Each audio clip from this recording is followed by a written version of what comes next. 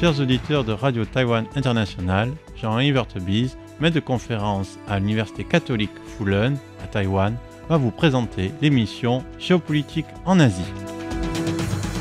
Chers auditeurs de Radio Taïwan International, bonjour pour ce nouveau podcast de notre émission Géopolitique en Asie. Nous allons continuer le podcast de la semaine dernière. C'est donc la deuxième partie de notre podcast qui consistait à analyser, discuter et à faire comprendre les exercices militaires chinois, les derniers exercices militaires chinois qui visent à préparer à un blocage et ou une invasion de Formose ou Taïwan. Donc ces exercices étaient survenus il y a 2 semaines, le mardi 2 et mercredi 3 avril 2025.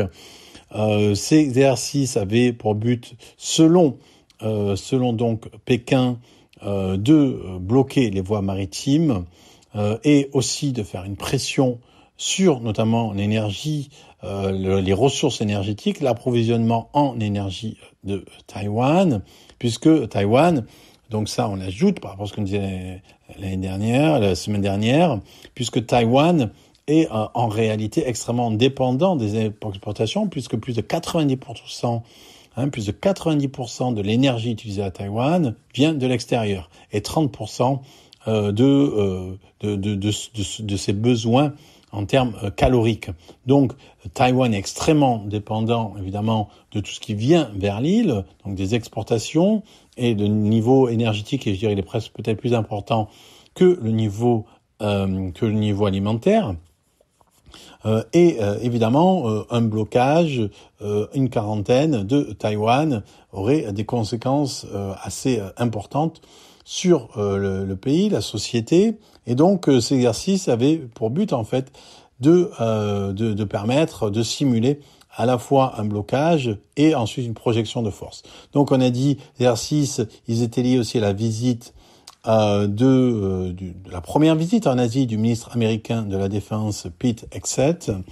Donc Pete Hegseth, il s'était rendu donc aux Philippines, bien sûr pas à Taïwan, et il s'était rendu là avec l'idée de rétablir la dissuasion face à l'agression chinoise dans l'Indo-Pacifique, ce sont ses termes, et il a qualifié le Japon de partenaire indispensable pour dissuader toute agression militaire de la Chine communiste, donc c'est mon corps, à travers le détroit de Taïwan. Donc on voit que la Chine, sans doute, face à ce discours assez offensif, a voulu montrer sa présence et a voulu montrer que, en fait, défendre Taïwan, ça serait pas aussi facile que ça, du fait, en fait, du poids de l'armée et de la puissance de l'armée. Alors, on l'a dit et on va analyser sur ça.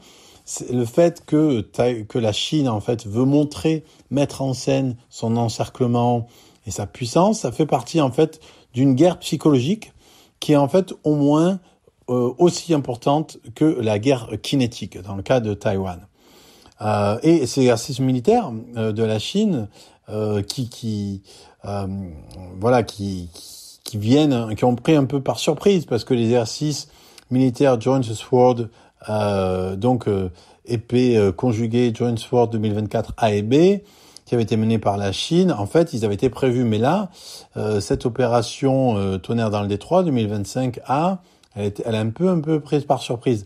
Et donc, il est possible que, en fait, la Chine, par là, non seulement veut répondre à la sortie, à la visite de Pete Hegseth aux Philippines, au Japon, mais aussi veut, en fait, montrer aux États-Unis que, en fait, la Chine a aussi une carte dans sa main. C'est la carte taïwanaise, peut-être, que la Chine veut aussi montrer que dans les négociations commerciales avec les États-Unis, il y a une carte qu'elle a, c'est la possibilité, en fait, de faire mal à un allié fondamental des États-Unis, notamment pour l'approvisionnement en termes technologiques, à savoir Taïwan.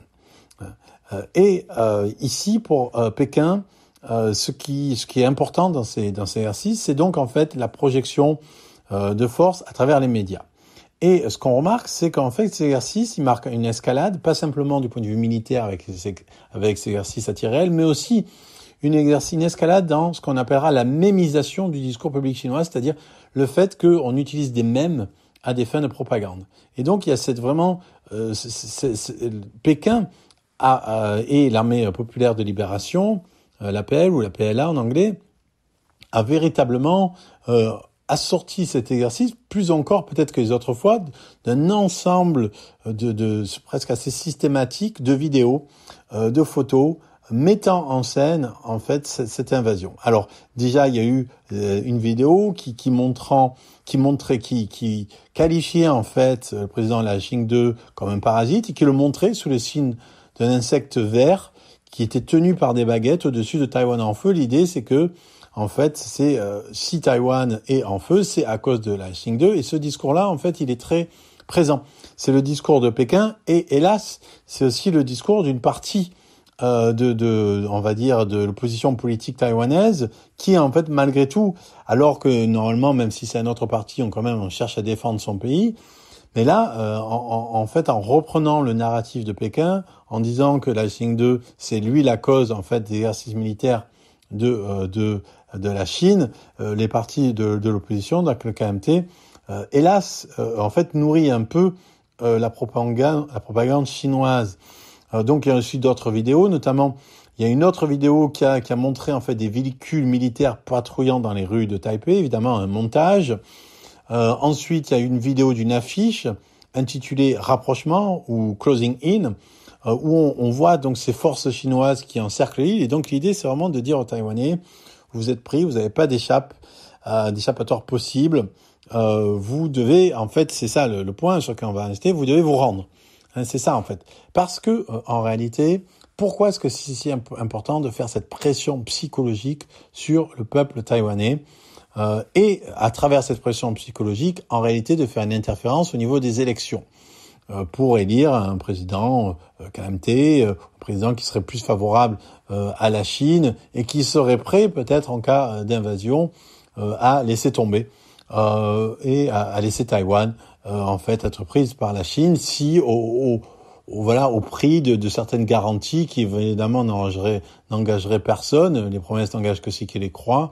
On pourrait toujours imaginer que un jour un président KMT sous la pression chinoise, sous la promesse de garder telle ou telle chose à Taïwan, garder les biens du peuple des Taïwanais, en fait donnerait la souveraineté.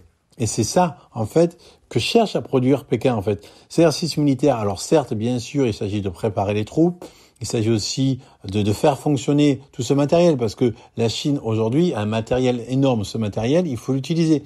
Sinon, il s'use. Il faut s'entraîner. Sinon, la compétence disparaît. Donc, il faut comprendre qu'il y a une logique interne, en fait, à la guerre. Il y a une logique interne au matériel militaire qui doit être mis en scène, qui doit être utilisé, qui doit être mis en jeu. Mais en plus donc de créer une readiness, une préparation, une capacité de préparation à la fois logistique et on va dire en termes techniques d'entraînement des pilotes, d'entraînement de la marine, etc.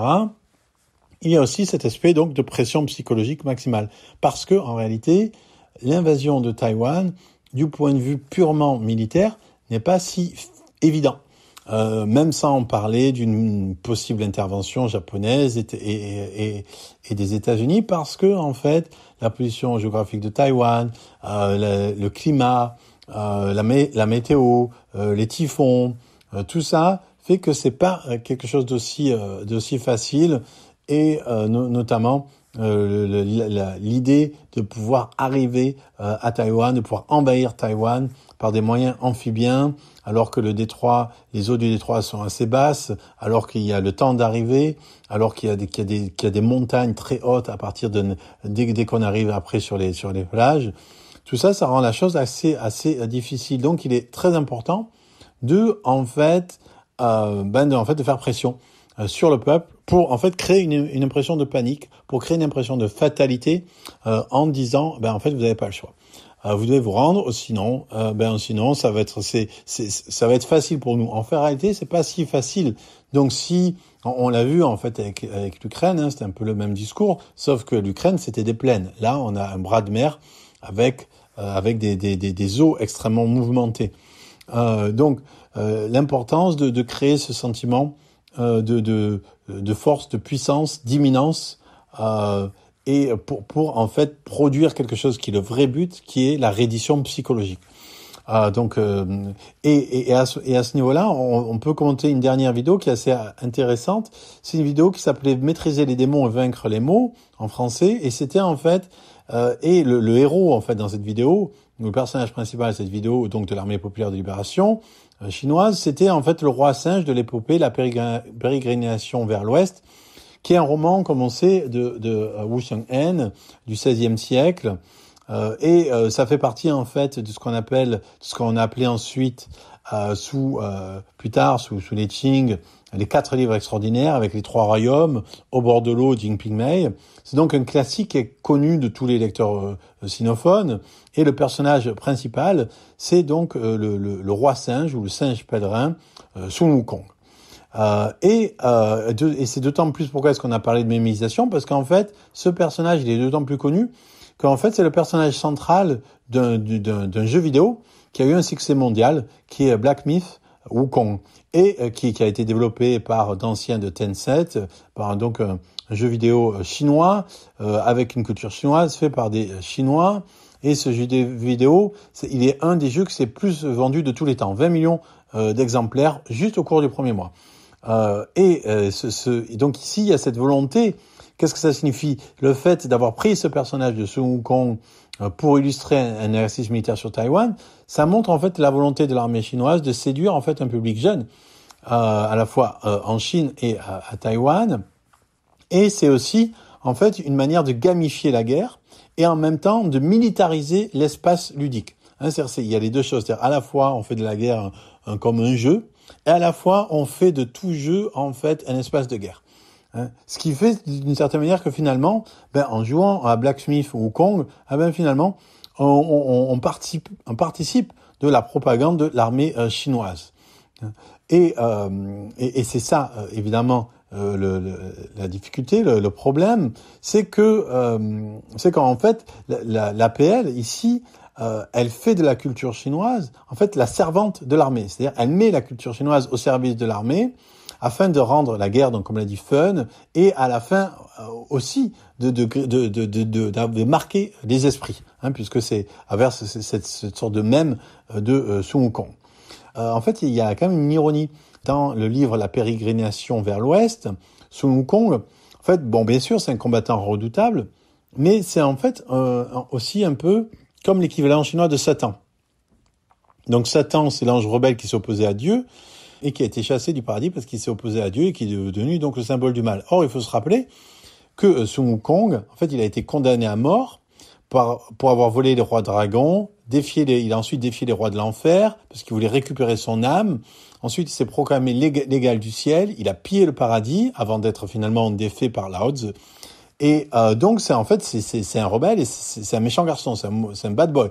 Sun Wukong et l'empereur de Jade lui-même, donc la plus haute autorité chinoise dans la mythologie chinoise, a qualifié Sun Wukong de impétueux, grossier et impudent. Donc c'est assez ironique que l'armée de libération chinoise se caractérise, s'identifie au personnage de Sun Wukong qui, du point de vue de la mythologie chinoise, est impétueux, grossier et impudent. C'était Jean Evertebise dans son émission Géopolitique en Asie pour RTI.